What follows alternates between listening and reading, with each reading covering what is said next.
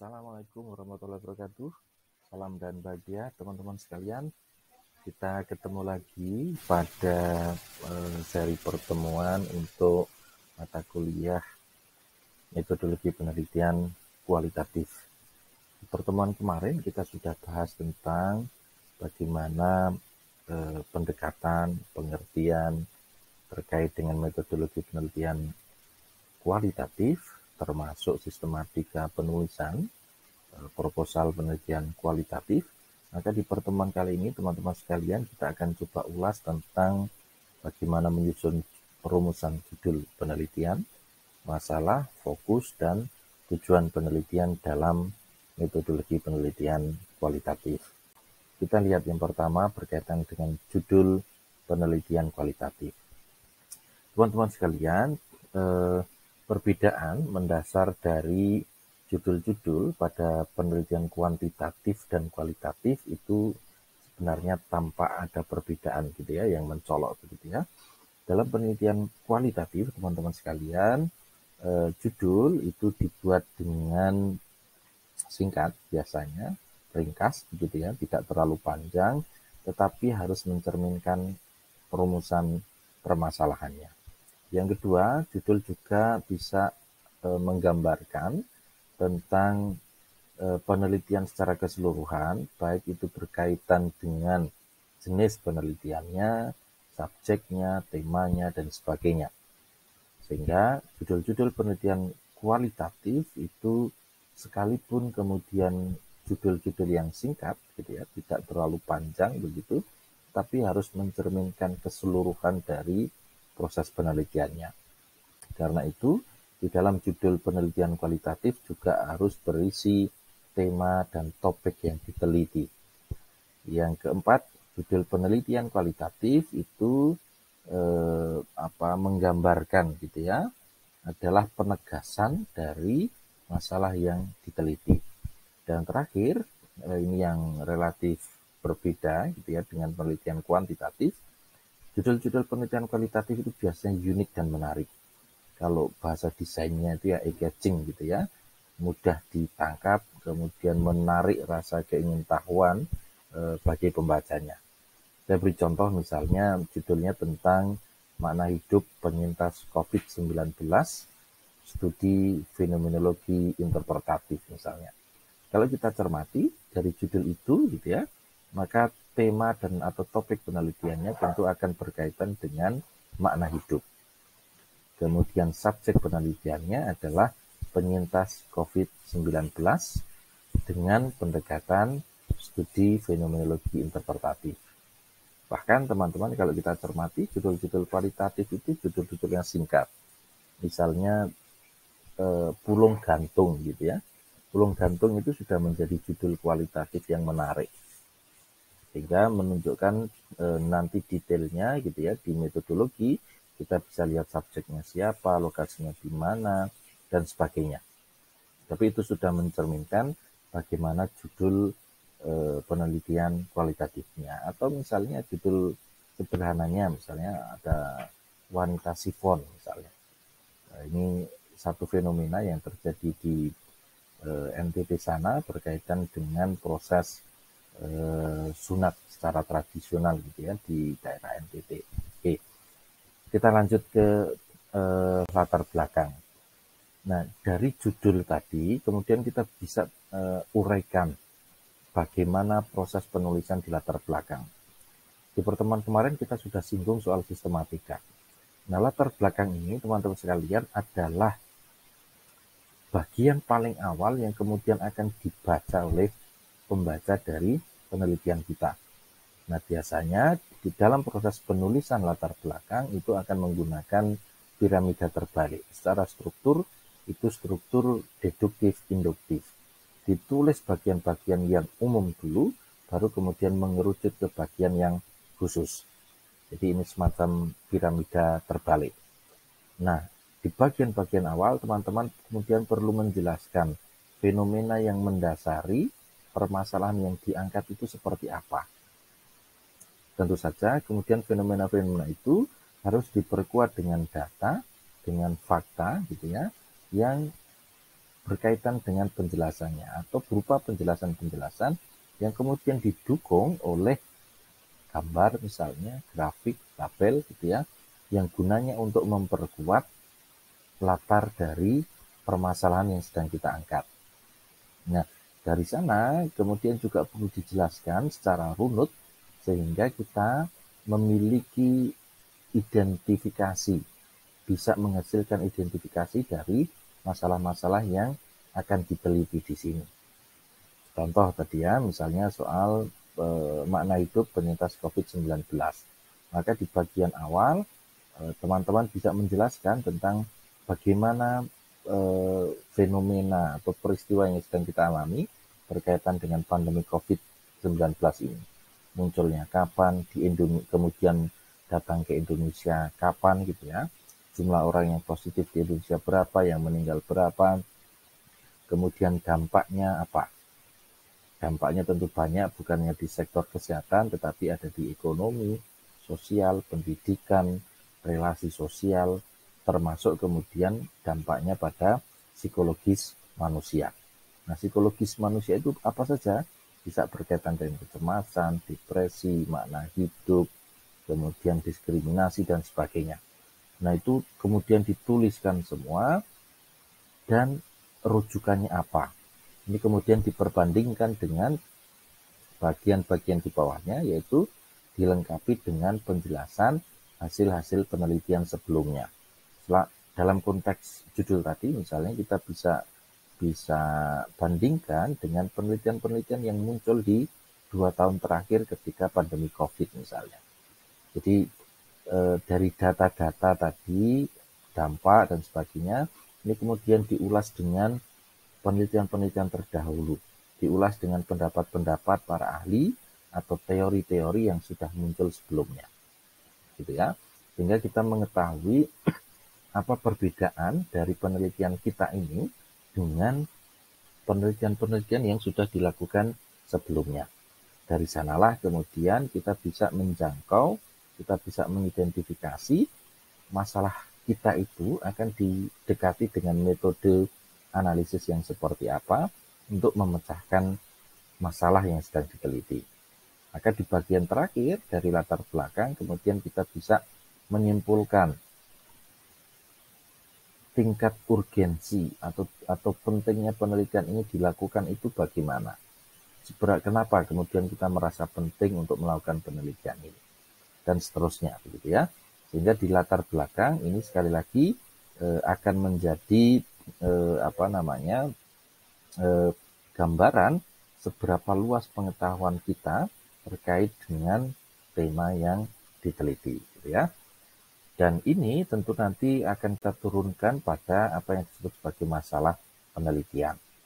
Kita lihat secara definitif, Stunner mengatakan bahwa masalah itu bisa diketahui gitu ya, atau dicari apabila terdapat penyimpangan antara pengalaman dengan kenyataan, penyimpangan antara apa yang direncanakan dengan kenyataan, atau juga bisa bersumber dari pengaduan gitu ya. Saya mengadukan ada masalah seperti ini loh, gitu. Itu kemudian bisa menjadi sumber penelitian, atau juga berkaitan dengan kompetisi misalnya. Yang lain menurut Surya Brata 1994 mengatakan bahwa masalah itu adalah kesenjangan antara harapan atau das Sollen dengan kenyataan atau das Sein. Kemudian kesenjangan antara kebutuhan dengan yang tersedia, kesenjangan antara yang seharusnya dengan yang ada. Jadi contoh misalnya teman-teman memiliki harapan nanti setelah selesai dari perkuliahan ini akan mendapatkan nilai A. Tapi misalnya nanti begitu keluar nilai ternyata dapat nilai C. Maka ada kesenjangan antara harapan nilai A tadi dengan kenyataan Anda mendapatkan nilai C misalnya. Maka itu masalah gitu ya. Sehingga perlu diteliti dan karena itu Surya Brata mengatakan bahwa penelitian itu dimaksudkan untuk menutup kesenjangan. Apa yang bisa kita lakukan untuk menutup kesenjangan itu. Nah, dari dua definisi ini setidaknya kita bisa melihat sumber masalah penelitian itu ada banyak. berasal dari kehidupan sehari-hari yang kita temukan. Di era COVID ini kita menemukan banyak sekali masalah yang bisa kita teliti. Soal kecemasan penyintas COVID misalnya, depresinya, makna hidupnya, kebahagiaannya, dan sebagainya. Tapi juga kita bisa teliti dari hasil-hasil penelitian sebelumnya. Apa yang sudah diteliti peneliti sebelumnya, kemudian kita kita baca semuanya, gapnya ada di mana. Mana dari penelitian-penelitian sebelumnya itu yang kemudian masih luput, belum dikaji dan seterusnya. Kemudian masalah praktis misalnya. Masalah praktis ini akan berkaitan dengan tindakan, berkaitan dengan keahlian.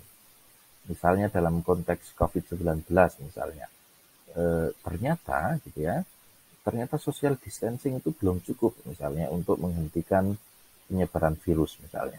Sehingga diperlukan apa lagi? Ternyata cuci tangan tidak cukup misalnya untuk menghindarkan kita dari COVID-19 dan seterusnya.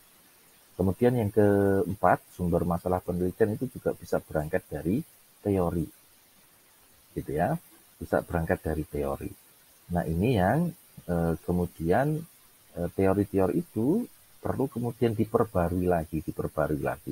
Sehingga kita memiliki ruang untuk mengeksplorasi teori-teori, kelemahan-kelemahan teori itu, sehingga apakah teori itu cocok dengan masyarakatnya misalnya, untuk menganalisis masyarakat tertentu misalnya. Itu yang kemudian bisa kita jadikan sebagai sumber masalah penelitian. Nah, teman-teman sekalian, di dalam penelitian kualitatif, sebenarnya masalah yang kita bawa, yang dibawa oleh peneliti, itu sifatnya masih remang-remang, masih gelap, kompleks, dan sebagainya. Karena itu, masalah dalam penelitian kualitatif itu bersifat sementara, bersifat tentatif, dan bisa berkembang atau berganti ketika peneliti berada di kancah atau di lapangan.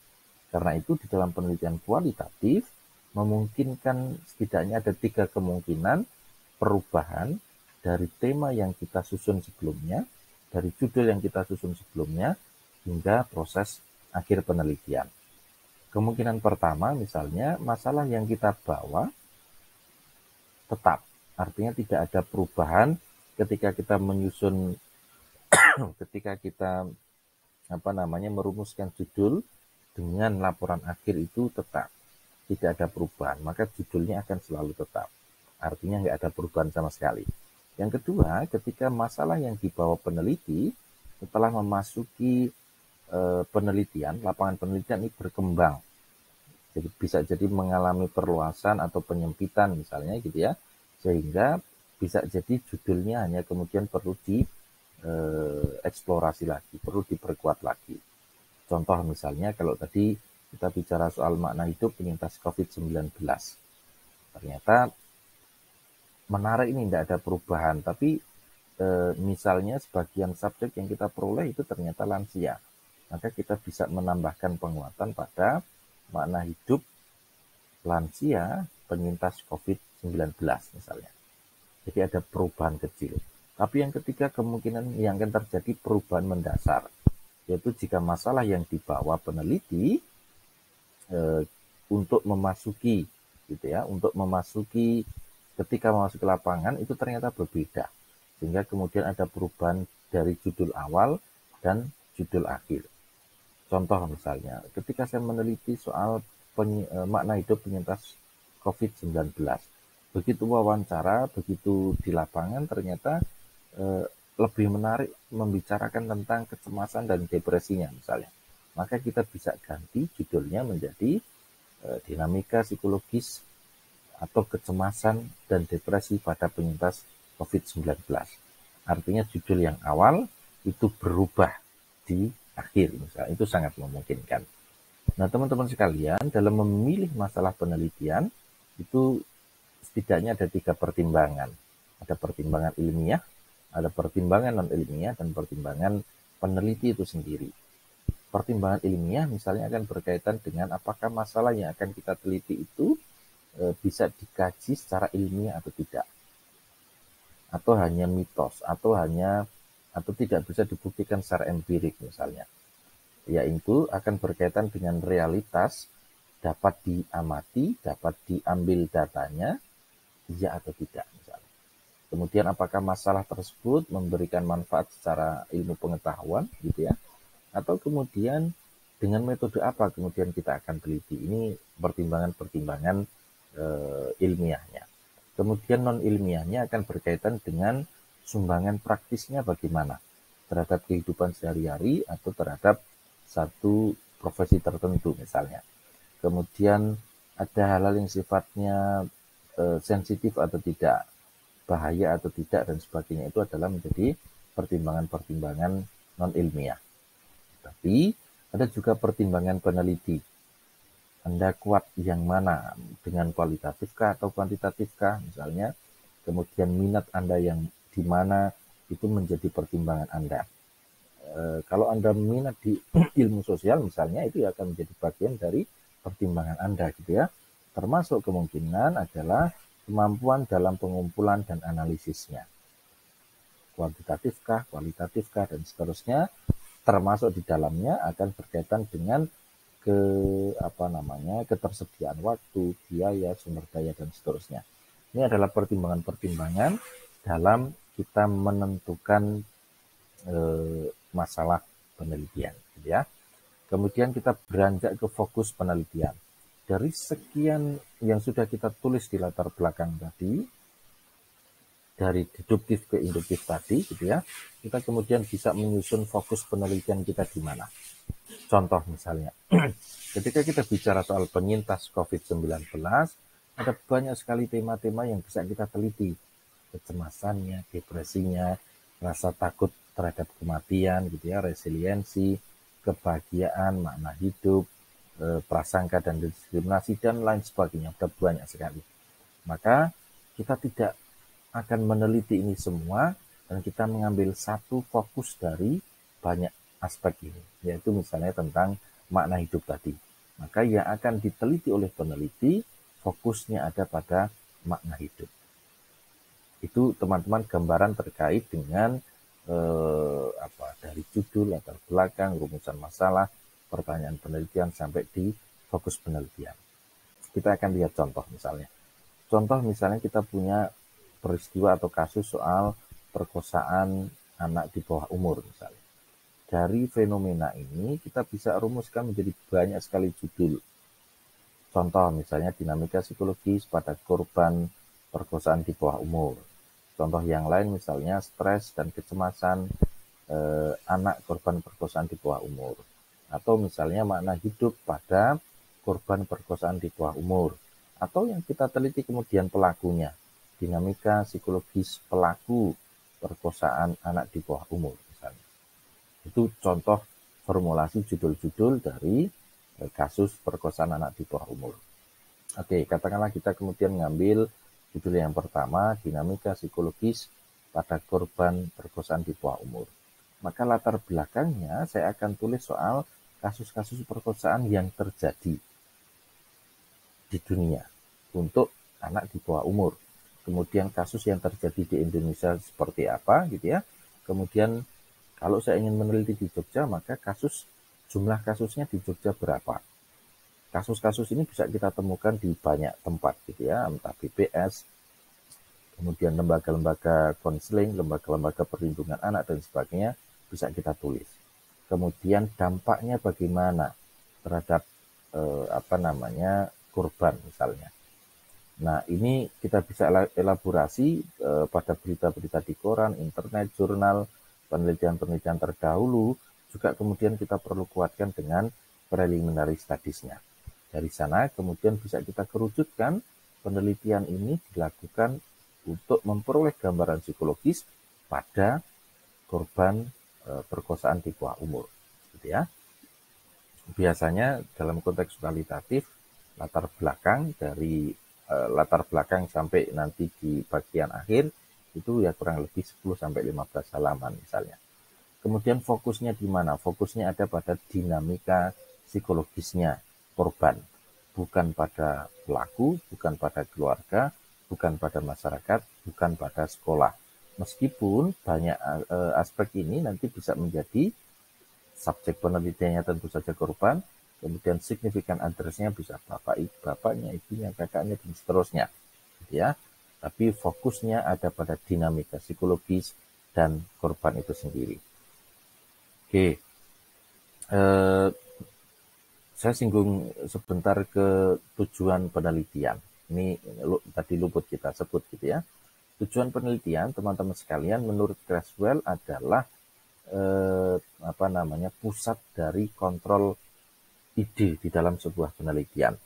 Sehingga dengan adanya purposive statement atau purpose statement, tujuan penelitian itu akan mengarahkan ide-ide peneliti untuk mencapai tujuan akhir dari penelitian yang dilakukan. Nah, beberapa hal misalnya tujuan penelitian itu ditulis dalam satu kalimat. Kemudian dimulai dengan pernyataan dengan kata-kata untuk mengidentifikasi kata kunci seperti tujuan penelitian ini adalah untuk bla bla bla dan seterusnya. Kemudian menggunakan kalimat pernyataan, bukan kalimat pertanyaan. Gitu ya. Kalau Anda cermati di bukunya Creswell, metodologi penelitian gitu ya, ini diberikan contoh semacam ini. Tujuan dari studi, Anda bisa memilih naratif kah, fenomenologi kah, grounded teori kah, etnografi, studi kasus, itu Anda bisa mengisi di sini, adalah apakah untuk memahami, mendeskripsikan, mengembangkan atau menemukan gitu ya. Anda memilih mengisinya ini, misalnya untuk mendeskripsikan fenomena yang Anda teliti apa. Misalnya tadi mendeskripsikan makna hidup bagi penyintas COVID-19 misalnya.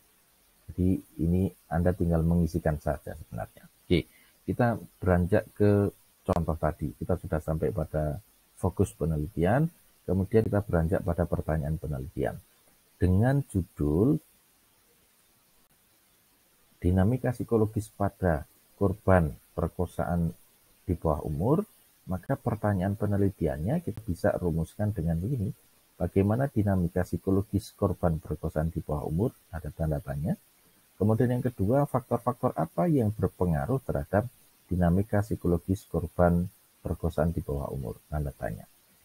Jadi pertanyaan menggunakan kalimat tanya yang diakhiri dengan tanda tanya.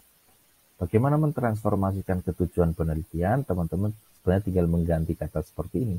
Untuk mengetahui atau mendeskripsikan atau menganalisis dinamika psikologis korban perkosaan di bawah umur. Ini untuk pertanyaan penelitian yang pertama.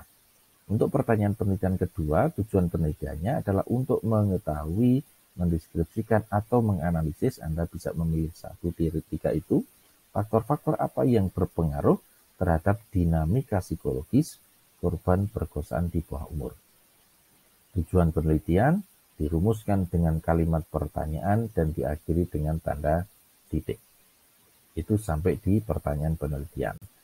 Kemudian manfaat penelitiannya apa? Ada manfaat praktis, ada manfaat teoritik. Misalnya manfaat praktisnya ya usulan solusi terhadap keluarga, masyarakat, korban, atau norma tertentu misalnya. Contoh, penelitian ini diharapkan mampu memberikan gambaran akademis dalam menyusun norma atau aturan untuk perlindungan anak misalnya. Kemudian manfaat teoritiknya misalnya adalah penelitian ini bermanfaat untuk memberikan sumbangan terhadap pengembangan ilmu psikologi, terutama pada bidang psikologi perkembangan anak misalnya. Jadi linear gitu ya, tidak ada hal-hal yang menyimpang dari judul sampai pada manfaat penelitian. Kemudian bagian terakhir biasanya di dalam bab 1 itu soal keaslian penelitian. Ini 3-4 penelitian, baik itu skripsi, jurnal, tesis, disertasi, dan sebagainya, dengan tema-tema yang relatif sama. Yang kemudian akan coba kita bandingkan dengan penelitian itu, bedanya penelitian kita dengan 3-4 penelitian ini di mana? Di metodenya kah? Di subjeknya kah? Di temanya kah? Atau apa? Gitu ya. Oke, sampai di sini teman-teman sekalian penjelasan berkaitan dengan judul, rumusan masalah, fokus penelitian, dan tujuan penelitian. Jika ada pertanyaan, silahkan dituliskan di kolom komentar, nanti kita akan diskusikan. Tapi juga siapkan pertanyaan-pertanyaan Anda untuk kita diskusikan di pertemuan kita di Google Meeting. Saya kira itu teman-teman, selamat mempelajari dan salam.